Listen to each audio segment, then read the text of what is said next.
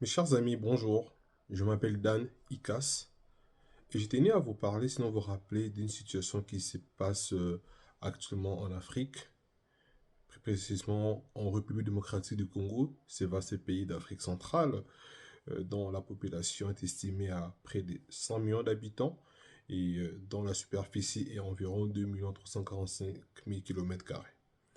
Alors, ces pays, dans la partie Est, subit depuis près de 30 ans un génocide. Un génocide à outrance, la population civile est en train de périr. Il y a un crime tellement intense que même le mot génocide, en fait, n'est pas suffisant pour pouvoir euh, qualifier cela. Et au fil des ans, au fil des décennies, parce que ça fait 30 ans bientôt, il y a eu quand même des résolutions, il y a eu des contre-attaques de la part de l'armée congolaise avec l'appui de forces étrangères, entre autres la MONUSCO, mais rien ne marche.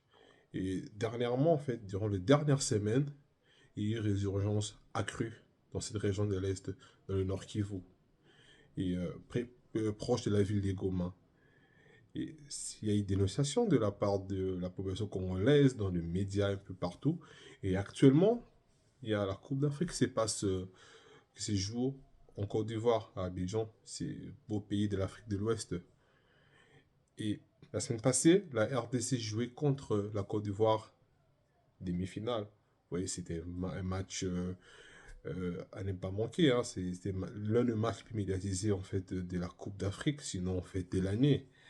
Et le joueur congolais, avec le staff des Léopards, le staff en fait de l'équipe de la RDC, avait profité de l'occasion pour pouvoir passer le message au monde de ce qui se passe à l'est de la République démocratique du Congo, à travers des banderoles, à travers de messages et à travers de signes comme celui-ci, passé par le joueur lorsqu'il chantait l'hymne national. Et c'était bien passé. En tout cas, ça a fait la une des journaux, la plupart des pays d'Afrique en parlaient, et c'était vraiment bien passé, les messages étaient bien passés. Puis il y a certains de nos frères de la Côte d'Ivoire, de l'Afrique francophone et anglophone ont eu quand même à réaliser le message. Nous en sommes reconnaissants. Et on s'attendait à ce que le gouvernement congolais puisse aussi profiter de cela pour pouvoir agir. Agir dans le vrai sens du terme, comme de vrais hommes, comme de vrais hommes d'État. Et aujourd'hui, avec Conseil des ministres, on espérait évidemment à l'issue de ce Conseil des ministres qu'il va y avoir quand même quelque chose qui fait de sens, quelque chose de concret en fait pour pouvoir euh, essayer de sécuriser cette région.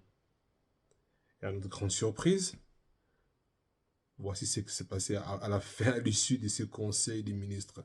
Regardez. On voit les ministres en train de faire des selfies, en train de prendre des photos, reproduisant la même image, le même geste que le joueur est en train de faire. Or, le joueur faisait ça pour montrer à la face du monde que personne parle alors qu'on est en train de tuer le gens à l'est du Congo. Donc, personne n'en parle. Et malgré les documents officiels des Nations Unies, malgré le rapport des Nations Unies, malgré plusieurs documents, plusieurs témoins, plusieurs preuves tangibles, audiovisuelles, personne n'en parle. Et c'est à travers ça que le joueur, en fait, avait passé ses gestes.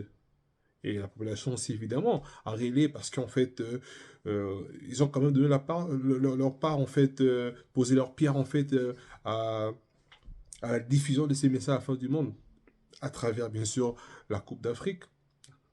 Mais le gouvernement reprend la même chose. Qu'est-ce que cela veut dire?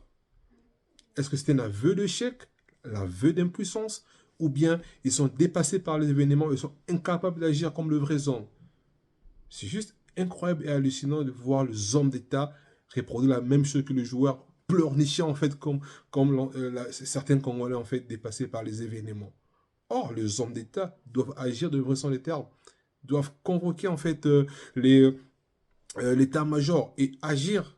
S'il faut aller en front, allez-y. S'il faut enrôler la population, il faut le faire. On voit comment les choses sérieuses se passent au Burkina Faso, mon peuple frère que je salue et que j'admire d'ailleurs. Qu'est-ce qui se passe là-bas? Le président burkinabé a agi en fait pour contrecarrer le djihadiste. Pareil pour le Mali, pareil pour le Niger. On voit que les choses sérieuses se passent là-bas. Ils vont créer une alliance militaire, ils vont faire des vraies coopérations militaires avec la Russie, en guise de recevoir les armes et tout ça, et pour combattre le djihadisme. En fait, le Niger a chassé la France, le Mali a chassé la France. Mais ils sont en train de chasser le djihadisme par eux-mêmes. Ils sont, ils sont des humains comme nous, les Congolais, mais pourquoi en fait nos dirigeants n'arrivent pas à gérer parfaitement la question de l'Est? Savez-vous que le budget de la République démocratique du Congo, la plus grosse part du budget